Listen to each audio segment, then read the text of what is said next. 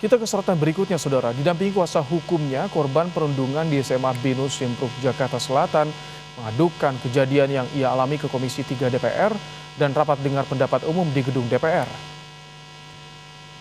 Ditemani kuasa hukum, korban perundungan mendatangi gedung DPR meminta Komisi 3 mengevaluasi kasus perundungan di SMA Binus Simpruk, Jakarta Selatan.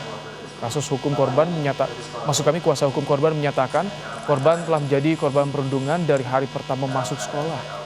Tak hanya mendapatkan perundungan, korban juga mengalami pelecehan seksual oleh para pelaku. Para pelaku mengaku sebagai anak pejabat dan pengusaha dan meminta korban melayani mereka. Kemudian dalam proses berjalan, dikarenakan tugas luar kota yang tidak dapat ditinggalkan, menyampaikan agenda rapat yaitu yang pertama penyampaian kuasa hukum dari Binus ada masih di jalan kebetulan saya wakil dari sekolah. Bapak dari sekolah sini dan dalam acara ini dalam keadaan saya tahu walafiat. Karena pelaku bullying ini diduga pelaku bullying tersebut, anak-anak diduga pelaku ini hampir kurang lebih di atas 10 orang bahkan sampai 30 orang, dan ada geng-geng tersebut mengaku bahwa dia anak daripada pejabat, dia adalah anak pengusaha hebat, dia juga anak daripada ketua partai, sehingga mereka minta supaya si korban RE tersebut untuk melayani mereka. Wakil Ketua Komisi 3 DPR Habibur Rahman menyatakan kasus perundungan siswa di SMA Binus menyangkut anak didik, jadi butuh kebijaksanaan dalam menyelesaikan kasus. Dari pertemuan pihak sekolah, korban dan kuasa hukum DPR menemukan ada keinginan semua pihak untuk menyelesaikan kasus ini. Sebenarnya ini kan terkait anak, sehingga kita juga perlu kebijaksanaan. Siapapun di pihak A atau B, kedua-duanya adalah kedua belah pihak adalah anak.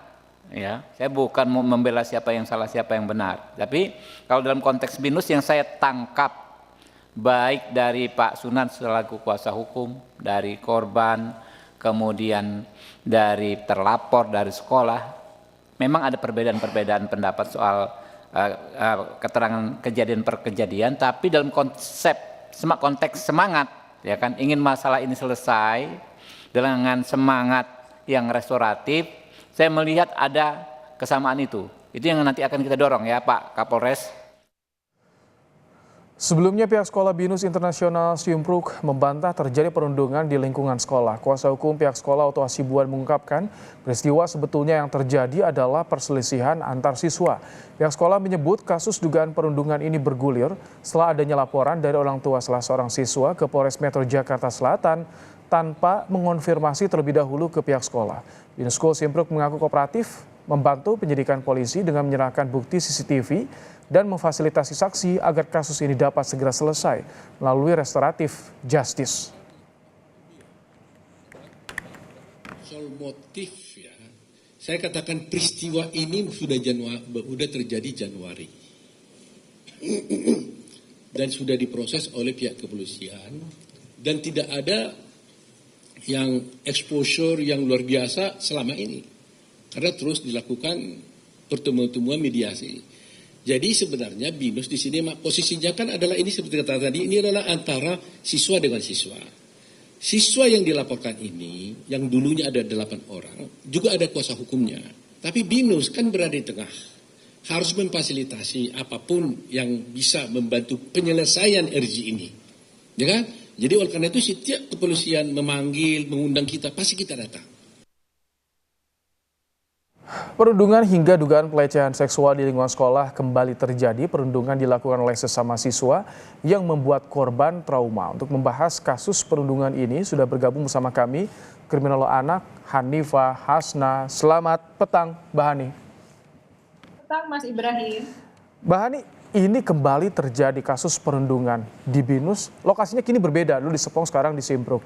Apa yang membuat ini kembali terjadi dan ada lagi kasus perundungan? Ya baik, ini sepertinya memang kita atau generasi kita itu sedang diserang tsunami moral. Anak-anak tidak bermoral sama sekali. Hal ini karena otak bagian depannya itu belum jadi, tapi sudah terpapar berbagai hal yang merusak. Otak bagian depan ini disebut dengan prefrontal cortex. Di situ tempatnya moral dan nilai yang membedakan antara manusia dengan binatang. Ketika ini belum sempurna, tetapi sudah dirusak oleh pornografi dan hal-hal yang lain, sudahlah barang tentu ketika anak-anak itu tidak memiliki kontrol diri lagi untuk melakukan hal-hal yang di luar kemampuan dia gitu ya, sehingga mereka mudah sekali melakukan kekerasan. Di samping itu tadi disebutkan dalam berita bahwa pelaku ini atau anak-anak ini dalam kelompok tertentu ini merupakan anak-anak petinggi gitu ya. Anak-anak petinggi ini biasanya karena dia sudah di counter oleh keluarganya bahwa dia nanti akan terbebas dari apapun yang dia lakukan dengan pengasuhan yang luar biasa, cara bagaimana orang tua itu melindungi mereka, sehingga anak-anak ini merasa bahwa apapun yang dilakukan itu akan tidak akan membuat kesulitan apapun atau tidak ada penghukuman karena orang tua mereka adalah orang-orang yang mempunyai kedudukan tertentu. Hal ini membuat anak-anak semakin tidak bermoral. Ini apa yang harus dilakukan oleh pihak sekolah? Apakah dengan men-scourging pelaku ini cukup untuk bisa memberikan efek jera? Karena ini dilematis juga, kedua pelaku dan juga korban anak-anak, Mbak Hani. Sebetulnya gini Mas, apa yang dilakukan sekolah itu harusnya sudah ada ketika sekolah itu membuat aturan yang jelas di depan gitu ya. Jadi gini, ketika ada penerimaan siswa, harusnya sekolah itu sudah memiliki peraturan-peraturan terkait dengan bullying. Dan itu disepakati, ditandatangani oleh orang tua. Sehingga ketika terjadi bullying seperti ini, tinggal menunjukkan hal-hal yang sudah ditandatangani oleh orang tua. Bila perlu dipasang di tempat yang paling mudah terbaca. Ketika terjadi bullying itu kan ada 5 ya, verbal, fisik, non-verbal, relasional, sama yang terakhir cyber. Ini sudah ada hukuman tertentu dari sekolah. Ini di bawah dari hukuman yang dilakukan oleh undang-undang gitu. Jadi sekolah punya kebijakan. Terus apalagi yang harus dilakukan oleh sekolah untuk menghindari ini? Anak-anak ini kan sudah dewasa. Alangkah indahnya ketika mereka dikumpulkan untuk menentukan sebetulnya mereka itu senang nggak dengan pembulian. Ketika mereka tidak mau melakukan pembulian dan tidak mau menjadi pelaku, tidak mau menjadi korban dan tidak mau menjadi bystander atau orang-orang yang hanya melihat, sebetulnya mereka harus bisa membuat aturan sendiri yang mereka sepakati sendiri. Sehingga di kelas sudah ada aturan, di sekolah tingkat sekolah ada aturan, di negara juga ada aturan. Mbak Hani, kalau ini kan kasus dari awal tahun nih, dari Januari, kemudian ada bantahan dari sekolah ini bukan perundungan. Apakah Anda membaca ini ada dugaan indikasi sekolah menutupi kasus ini demi nama baik sekolah? Kalau dilihat apakah menutupi itu, kita tidak tahu selain dengan penemuan yang dari kepolisian. Bisa jadi ini ditutup atau bisa jadi ini bukan pembulian tetapi ini sebuah konflik. Kan disebutkan juga ini adalah sesuatu permainan yang disepakati, yaitu tonjok-tonjokan misalnya ya, tinju gitu ya, walaupun permainan ini adalah permainan yang mengandung kekerasan. Nah, kekerasan mereka itu membiasakan menormalisasi kekerasan. Ini dari mana? Apakah dari tontonan atau yang lain? Apakah ada judinya atau enggak gitu ya?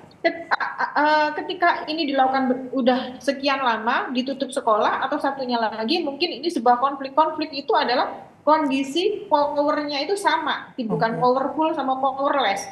Kalau bullying itu powerful sama powerless. Nah, ini seperti apa? Yang bisa membuktikan adalah saksi-saksi dan pembuktian yang ada. Bisa jadi CCTV dan orang-orang di sekitar. Baik siswa yang lain, bystander dan lain-lain. Atau pembuktian. Kalau sampai korban melapor ke polisi, datang ke Komisi 3 DPR, artinya selama ini korban masih merasa tertekan, belum selesai trauma psikis pada korban. Ya, sepertinya demikian. Artinya ketika korban itu sampai melapor ke kepolisian, berarti ada kerugian yang sangat besar. Tentunya bukan kerugian secara materi ya, tapi imateri. Dan yang penting mereka sudah memiliki pembuktian-pembuktian tertentu dan saksi-saksi yang bisa mengiyakan atau membetulkan atau menyatakan bahwa ini memang benar-benar terjadi. Sebetulnya ketika dia mengambil langkah yang mudah itu kan bisa ya dengan memindahkan anaknya. Tetapi dengan keluarga ini berjuang untuk mencari keadilan, ini sesuatu yang luar biasa. Karena di balik perjuangan ini kan pasti tidak mudah, karena anaknya akan tetap dibully. Ketika anak melapor akan dibilang cepu, ya ini sebetulnya ini sangat-sangat mengorbankan mental. Mbak Hani, sekolah dengan peristiwa yang sama, kejadian yang serupa nih, beda lokasi tapi ini perlu ada sanksi tidak? Atau perlu ada penyelidikan lebih lanjut tidak soal kasus perundungan ini? Sangat. Yang diperlukan adalah sebetulnya sekolah ini punya nggak sih aturan-aturan tentang bullying, gitu ya. Bagaimana mereka memberikan punishment? Karena gini, ketika kejadian kekerasan ini sering terjadi atau terjadi berulang, ada 4 hal yang tidak ada di tempat itu. Yang pertama adalah aturan. Aturannya seperti apa? Sekolah harus punya undang-undang tertentu. Kalau bisa yang membuat adalah guru dan siswa, sehingga disepakati bersama, bukan guru yang membuat, gitu ya. Yang kedua, sosialisasi. Sosialisasinya seperti apa? Apakah anak-anak ketika upacara bendera, mereka harus melafalkan atau menyatakan bahwa ketika aku melakukan kekerasan, hukumanku adalah 3 tahun 6 bulan penjara atau denda sebesar misalnya 50 juta. Itu harus disampaikan sehingga anak ketika mau melakukan sesuatu dia tahu efeknya seperti apa. Konsekuensi yang harus diambil itu apa? Itu yang kedua. Yang ketiga, fasilitasi. Bagaimana memfasilitasi anak-anak sehingga mereka dalam usia mudanya itu tidak membentuk geng delinkuan. Geng delinkuan itu adalah geng penyimpangan. Kenapa mereka membentuk geng delinkuan? Karena sebetulnya keberanian anak-anak itu, keberanian remaja itu hanya di tangan teman-temannya. Mereka melakukan komunitas. Ketika mau keren, mereka harus ikut geng tertentu. Yang terakhir adalah sanksi. Sanksinya seperti apa? Baik. Terima kasih Mbak Hanifah Hasna, kriminolog anak, telah menyampaikan bagaimana pandangannya soal kasus dugaan perundungan yang kembali terjadi di sekolah BINUS. Terima kasih Mbak Hani.